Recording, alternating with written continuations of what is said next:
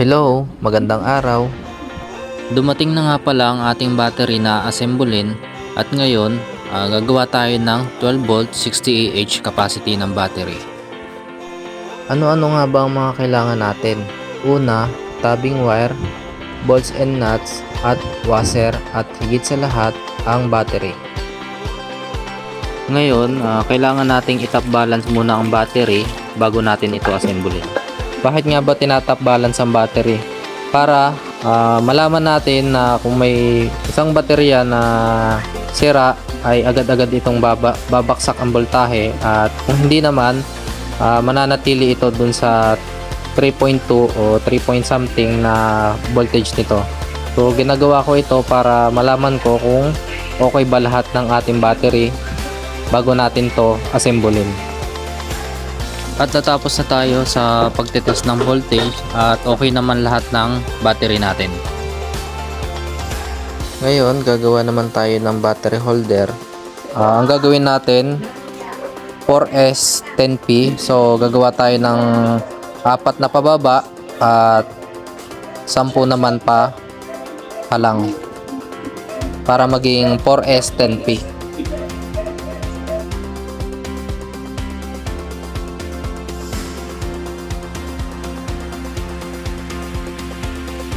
Ang ginawa pala natin dyan, dalawang 4S 10P. So yung isa sa baba at yung isa naman sa taas. Ito natapos na natin. Ang gagawin naman natin ngayon, lahat naka-positive. Lahat ng lalagyan natin positive.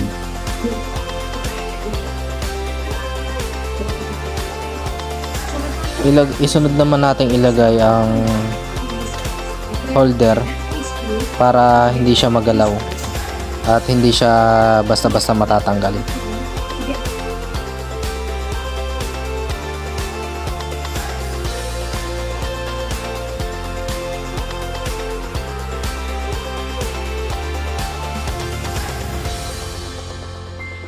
Kung mapapansin nyo, yung white na yan, yung pabilog na yan, yan yung positive, at ito namang makikita nyo na walang white, ito yung negative.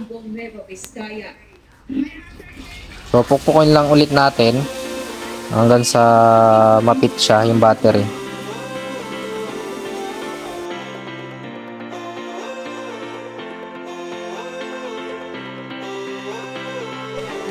Ngayon maglalagay na tayo ng tabbing wire. Kailangan natin lagyan ng tabbing wire tong lahat ng negative at lahat ng positive para itatap balance natin siya ng isa o dalawang araw para yung mga voltage niya ay magpantay-pantay. So bago natin gawin yon, lagyan muna natin ng mga tabbing wire, screw at bolt at nuts. Yan.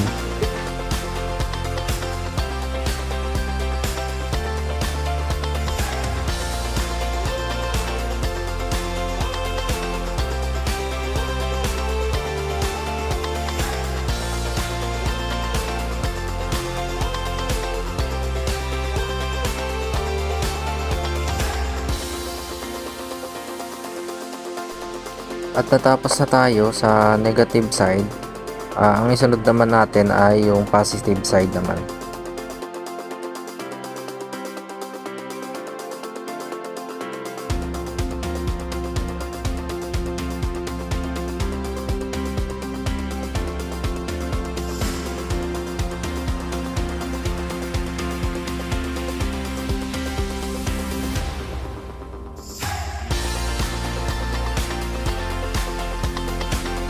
Ngayon, natapos na tayo sa pagdidikit ng tabbing wire. Ngayon, i-check naman natin yung voltage niya kung pare-parehas para makita rin natin at malaman natin kung may isang cell o isang battery na hindi nakakabit o maluwag para mahigpitan natin. At bago matapos itong video na ito, nais ko lang magpasalamat sa nagpagawa sa akin ng battery at nagtiwala sa kakayahan ko. Ngayon, na-check na natin ang bawat cell. Connected naman siya sa bawat isa. Antay na lang tayo ng 1 to 2 days bago natin siya ulit kalasin at i-assemble para maging 12 volts, 60 Ah. So hanggang dito na lang. Kita-kita na lang sa susunod na video. Maraming salamat.